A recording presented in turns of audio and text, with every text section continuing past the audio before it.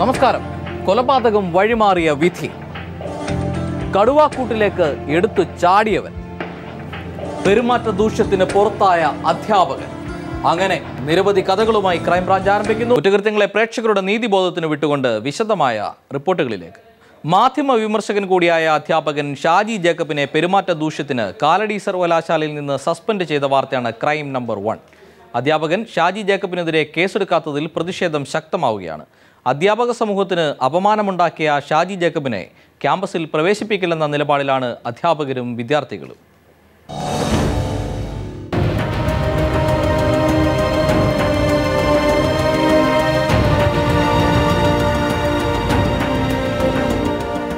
സ്വഭാവദൂഷ്യത്തിന് വിദ്യാർത്ഥികൾ നൽകിയ പരാതിയെ തുടർന്ന് ശ്രീശങ്കരാചാര്യ സംസ്കൃത സർവകലാശാലയിലെ മലയാള വിഭാഗം അധ്യാപകൻ ഡോക്ടർ ഷാജി ജേക്കബിനെ സസ്പെൻഡ് ചെയ്തുവെങ്കിലും ഇതുവരെയും പോലീസ് കേസെടുത്തിട്ടില്ല. 2 ആൺകുട്ടികളും 18 പെൺകുട്ടികളുമുള്ള 2ാം വർഷ PG ക്ലാസ്സിൽ പലതവണ അധ്യാപകൻ പെൺകുട്ടികളോട് മോശമായി പെരുമാറിയതിനാണ് സസ്പെൻഡ് ചെയ്തതെന്ന് മലയാള വിഭാഗം മേധാവി ഡോക്ടർ KS രവികുമാർ പറഞ്ഞു. അദ്ദേഹത്തിൻ്റെ ആധിപത്യപരമായ പെരുമാറ്റം മൂലവും കൂടുതൽ വിഷമിപ്പിക്കുന്നു. അതുകൊണ്ട് ആ കുട്ടികളുടെ ഡെസർട്ടേഷൻ വർക്ക് ഇങ്ങനെ പോയാൽ പ്രയാസമാകും എന്നുള്ള ക്ലാസിൻ്റെ ഒരു പൊതുവികാരം ആ വിദ്യാർത്ഥി എന്നെ അറിയിച്ചു. ഡിപ്പാർട്ട്മെൻറ്റിൽ അധ്യാപകർക്ക് അക്കാര്യം ബോധ്യപ്പെട്ടതിൻ്റെ അടിസ്ഥാനത്തിൽ ഉടൻ തന്നെ തീരുമാനങ്ങളെടുത്തു.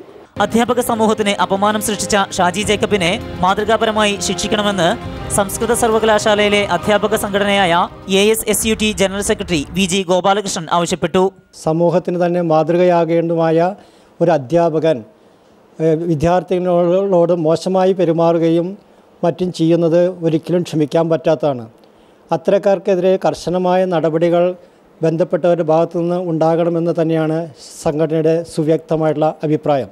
രാഷ്ട്രീയ സമ്മർദ്ദങ്ങളെ തുടർന്ന് അധ്യാപകന്റെ സസ്പെൻഷൻ പിൻവലിക്കാനുള്ള ശ്രമങ്ങൾ നടക്കുന്നുണ്ട്. ഇതിന്റെ ഭാഗമാണ് ഷാജി ജേക്കബിനെതിരെ പോലീസ് കേസെടുക്കാത്തതെന്ന് SFI college unit president Rafeeq ആരോപിച്ചു. ഈ വിഷയത്തെ രാഷ്ട്രീയമായ ചില മുതലെടുപ്പിന് വേണ്ടി ശ്രമിക്കുന്നു എന്നുള്ളതാണ്. ഈ അധ്യാപകനെ ഈ സർവകലാശാല ക്യാമ്പസിൽ ഇനി ക്ലാസ് എടുക്കാൻ അനുവദിക്കില്ല എന്നുള്ളതാണ് SFIയുടെ നിലപാട്. News bureau, Kochi. രാജീവ് ഗാന്ധി വധക്കേസിൽ 3 പ്രതികളുടെ വധശിക്ഷ ജീവപര്യന്തമാക്കി സുപ്രീം കോടതി ഇളവ് ചെയ്തു. ശാന്തൻ, മുരുകൻ, പേരറിവാളൻ എന്നീ പ്രതികളുടെ വധശിക്ഷയാണ് റദ്ദാക്കിയത്. ദയാഹർജികളിന്മേൽ തീരുമാനമെടുക്കാൻ താമസിച്ചതാണ് വധശിക്ഷ റദ്ദാക്കാനുള്ള കാരണം. മുൻ പ്രധാനമന്ത്രി രാജീവ് ഗാന്ധിയെ വധിച്ച കേസിൽ വധശിക്ഷയ്ക്ക് വിധിക്കപ്പെട്ട പേരറിവാളൻ, ശാന്തൻ, മുരുകൻ എന്നിവരുടെ ഹർജി പരിഗണിച്ചാണ് സുപ്രീം കോടതിയുടെ സുപ്രധാനമായ വിധി. 3 പേരുടെയും വധശിക്ഷ ഇളവ് ചെയ്ത സുപ്രീം കോടതി ശിക്ഷ ജീവപര്യന്തമാക്കുകയും ചെയ്തു. പ്രതികളുടെ ദയാഹർജി പരിഗണിക്കുന്നത് രാഷ്ട്രപതി വൈകിയത് കണക്കിലെടുത്താണ് ചീഫ് ജസ്റ്റിസ് P സദാശിവം അധ്യക്ഷനായ ബെഞ്ച് ശിക്ഷാ ഇളവ് നൽകിയത്. കാലതാമസം എങ്ങനെയുണ്ടായി എന്നതിന് കേന്ദ്ര സർക്കാർ നിരത്തിയ വാദങ്ങളും സുപ്രീം കോടതി പൂർണ്ണമായും തള്ളി. 23 വർഷം നീണ്ട നിയമ പോരാട്ടത്തിന്റെ വിജയമാണ് കോടതി വിധിയെന്ന് പ്രതികളിലൊരാളായ പേരറിവാളന്റെ മാതാവ് അർപ്പുതമ്മാൾ പ്രതികരിച്ചു. இவங்க விடுதலையாகணும், இவங்களுக்கு தண்டனை குறைப்பு நடக்கணும்னு பாடுபட்ட ஒவ்வொரு நல்ல உள்ளங்களுக்கும் நான் முதல்ல நன்றியை சொல்றேன். எந்த தவறும் செய்யாத 23 ஆண்டு அவன் தண்டனை அனுபவிக்கிறான், மரண தண்டனை சிறைவாசியா இத்தனை ஆண்டு இருக்கிறான் அப்படின்னும் போது கிருஷ்ணய்யர் தோற்றுவிச்ச மரண தண்டனை எதிர்ப்பு மக்கள் இயக்கம், மக்கள் மேற்கொண்ட இந்த பிரச்சாரமும் தான் இன்னைக்கு நம்ம சதாசிவம் பெஞ்ச் இப்படி ஒரு தீர்ப்பை மனதன்னைக்கு எதிராக தர்றதுக்கு ஒரு காரணமா அமைஞ்சதுன்னு பெருமையா நாம தமிழ்நாட்டில் இருக்கிறவங்க சொல்லிக்கலாம். വധശിക്ഷയ്ക്ക് വിധിക്കപ്പെട്ട പ്രതികളുടെ ദയാഹർജി പരിഗണിക്കുന്നതിന് പുതിയ ചട്ടങ്ങൾ കേന്ദ്ര സർക്കാർ ഉണ്ടാക്കണമെന്ന് സുപ്രീം കോടതി നിർദ്ദേശിച്ചു. രാജീവ് വധക്കേസിലെ പ്രതികളുടെ ദയാ ആവശ്യം പരിഗണിക്കുന്നതിൽ കേന്ദ്ര സർക്കാരിന്റെ ഭാഗത്ത് ഗുരുതരമായ വീഴ്ചയുണ്ടായി. 2000-ൽ സുപ്രീം കോടതി ശരിവെച്ച വധശിക്ഷയിൽ മേലുള്ള ദയാഹർജി രാഷ്ട്രപതി തീർപ്പ് കൽപ്പിക്കുന്നത് 11 വർഷത്തിനു ശേഷം. ഇത് അംഗീകരിക്കാനാവില്ലെന്ന് ബെഞ്ച് അറിയിച്ചു. സുപ്രീം കോടതി വിധി സ്വാഗതം ചെയ്യുന്നതായി ജസ്റ്റിസ് KT തോമസ് പറഞ്ഞു. ഞാൻ വിധിയെ സ്വാഗതം ചെയ്യുന്നു. അതിൻ്റെ കാരണം ഞാൻ നേരത്തെ തന്നെ എൻ്റെ നിലപാട് വ്യക്തമാക്കിയിട്ടുണ്ട്. 22 വർഷം എന്ന് പറഞ്ഞു കഴിഞ്ഞാൽ ജീവപര്യന്തത്തിന് 14 വർഷം കഴിഞ്ഞാൽ അവരെ മോചിപ്പിക്കാൻ സാധിക്കുമോ എന്ന് അവർക്ക് ഒരു അവകാശമുണ്ട് പരിഗണിക്കാനായിട്ട്. പിന്നെ അവരെ വധശിക്ഷയ്ക്ക് വിധിക്കാമെന്ന് പറഞ്ഞു കഴിഞ്ഞാൽ ഒരു കുറ്റത്തിന് 1 ശിക്ഷ മാത്രം അനുവദനീയമായ ഇന്ത്യൻ പീനൽ കോഡിൽ 2 ശിക്ഷ ഒരാൾക്ക് കൊടുക്കുന്നതിന് തുല്യമാകും. അത് ഭരണഘടനയ്ക്ക് വിരുദ്ധമാണെന്നുള്ളത് എൻ്റെ നിലപാട്. ഞാൻ സുപ്രീം കോടതി ഈ നിലപാടെടുക്കുന്നതിന് മുമ്പേ ഞാൻ പറഞ്ഞിരുന്നു. അതേസമയം കോൺഗ്രസിനെ സംബന്ധിച്ചിടത്തോളം തിരിച്ചടി നൽകുന്നതാണ് വിധി. S Santhosh, news bureau, Delhi. SIA മണൽക്കടത്ത് സംഘം ആക്രമിച്ച വാർത്തയാണ് അടുത്തത്. ബേക്കൽ SIM രാജേഷിന് ഗുരുതരമായി പരിക്കേറ്റു. SIA മംഗലാപുരത്തെ സ്വകാര്യ ആശുപത്രിയിൽ പ്രവേശിപ്പിച്ചിരിക്കുകയാണ്.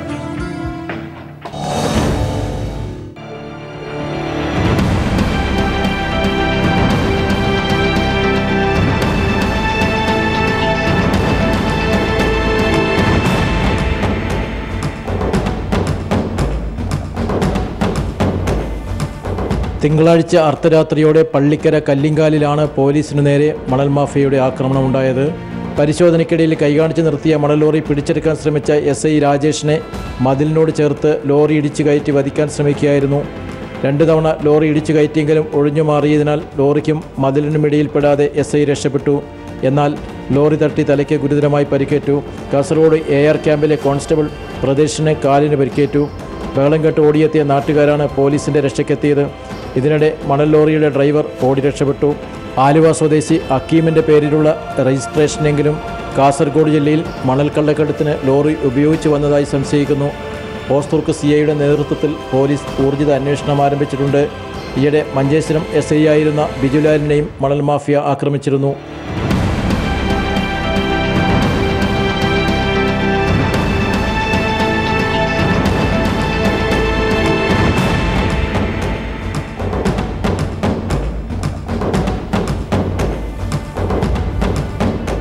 News bureau, Kasaragod.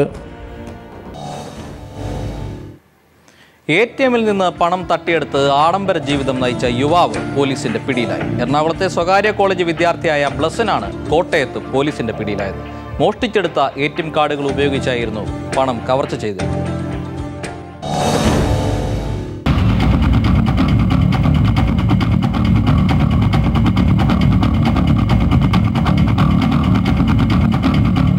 മോഷണം നടത്തിയ ATM കാർഡുകൾ ഉപയോഗിച്ച 10,000-കണക്കിന് രൂപ പിൻവലിച്ച ഉല്ലാസ ജീവിതം നയിച്ചു പോരുന്നതിനിടെയാണ് കോളേജ് വിദ്യാർത്ഥിയായ തൊടുപുഴ സ്വദേശി ബ്ലസൻ പോലീസിന്റെ വലയിലാകുന്നത്.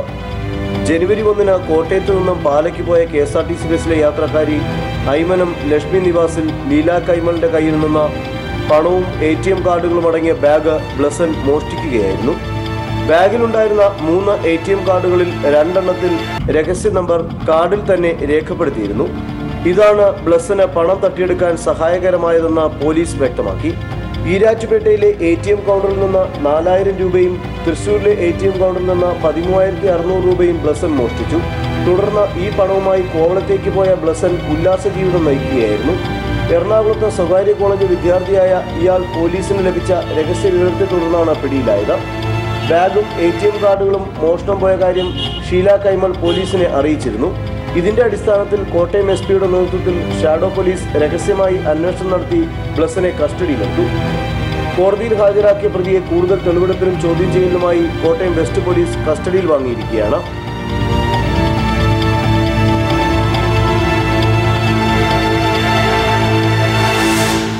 News bureau, Kottayam. Nilambur Congress office കൊലപാതകത്തിലെ പ്രതി ബിജു നായർക്കെതിരെ ബലാത്സംഗ കുറ്റത്തിന് പോലീസ് കേസെടുത്തു. ഫോറൻസിക് സർജൻ ഷേർലി വാസുവിന്റെ വെളിപ്പെടുത്തൽ പീപ്പിൾ പുറത്തുവിട്ടതിനെ തുടർന്നാണ് കേസെടുത്തത്. അതേസമയം പ്രതികളുടെ ജീവന് ഭീഷണിയുള്ളതായി റിമാൻഡ് റിപ്പോർട്ട് പീപ്പിൾ പുറത്തുവിട്ടു. ബലാത്സംഗം നടന്നു എന്ന് പറയുന്ന രീതിയിൽ എന്തെങ്കിലും മുറിവുകൾ ശരീരത്തിൽ ഉണ്ടായിട്ടുണ്ടോ? അത് ഉള്ള ജെനിറ്റൽ പെർഫറേഷൻ ഒരു ഒബ്ജക്റ്റ് വെച്ചാണെങ്കിലും സെക്ഷൽ അസോൾട്ടിന്റെ ആണെന്നുള്ളതാണ് പാർലമെന്റിന്റെ പുതിയ നിയമം അനുസരിച്ച് ഞങ്ങൾക്കുള്ള അറിവ്. പോലീസ് അത് പാർലമെന്റ് എടുത്ത തീരുമാനം അല്ലേ അനുസരിക്കുക. ഞങ്ങൾക്ക് അത് ഇപ്പം വക്കീലുമായിട്ട് പറഞ്ഞു തരേണ്ടി വരും. ഇതാണ് ഈ കുറച്ച് ദിവസമായിട്ട് ഉണ്ടായിരുന്ന തർക്കം. ഇതാണ് ചൂല് വെച്ച് കുത്തിയതേ ഉള്ളൂ. ചൂല് എൻ്റെ ഡോക്ടർ കണ്ടെടുത്തിട്ടുണ്ട്. ചൂല് അയാൾ സമ്മതിച്ചിട്ടുണ്ടെന്ന് പോലീസ് വിളിച്ചു പറഞ്ഞു. പിന്നീട് കോഴിക്കോട് മെഡിക്കൽ കോളേജിലെ ഫോറൻസിക് വിഭാഗം മേധാവി ഡോക്ടർ ഷെർലി വാസുവിന്റെ വെളിപ്പെടുത്തൽ കൈരളി പീപ്പിൾ പുറത്തുവിട്ടതോടെയാണ് പ്രതികൾക്കുമേൽ ബലാത്സംഗ കുറ്റം ചുമത്താൻ അന്വേഷണ സംഘം തീരുമാനിച്ചത്. ഇതനുസരിച്ച് പ്രതികൾക്കുമേൽ 376 വകുപ്പ് പ്രകാരം കേസെടുത്തു. 302 വകുപ്പ് അനുസരിച്ച് കൊലക്കുറ്റത്തിനുള്ള കേസ് മാത്രമായിരുന്നു ഇരുവർക്കുമെതിരെ ചുമത്തിയിരുന്നത്. അതേസമയം അന്വേഷണ സംഘം നിലമ്പൂർ ജുഡീഷ്യൽ 1ാം ക്ലാസ് മജിസ്ട്രേറ്റ് കോടതിയിൽ സമർപ്പിച്ച റിമാൻഡ് റിപ്പോർട്ട് കൈരളി പീപ്പിൾ പുറത്തുവിട്ടു. ബലാത്സംഗം നടന്നതായി ഇതിൽ പറയുന്നില്ല. പ്രതികളുടെ ജീവന് ഭീഷണിയുണ്ടെന്ന് പറയുന്ന റിപ്പോർട്ടിൽ ഭീഷണി എവിടെ നിന്നെന്ന് വ്യക്തമാകുന്നില്ല. ബിജുവിൻ്റെ മൊബൈൽ ഫോൺ നമ്പർ കേന്ദ്രീകരിച്ച് മാത്രമാണ് അന്വേഷണം നടന്നത്. 9 മണിയോടെ കൊല്ലപ്പെട്ട രാധയുടെ മൃതദേഹം കോൺഗ്രസ് ഓഫീസിൽ നിന്ന് മാറ്റിയ സമയവും റിപ്പോർട്ടിലില്ല. മൃതദേഹം ഒളിപ്പിച്ച ശേഷം കൊലയാളികൾ ആരുമെല്ലാമായി ബന്ധപ്പെട്ടുവെന്നതും അവ്യക്തമായി തുടരുന്നു.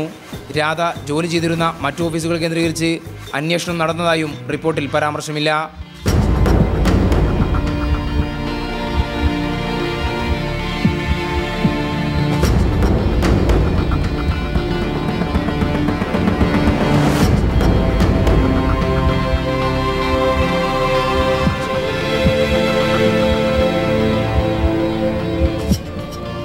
AK ലതീഷ്, മലപ്പുറം.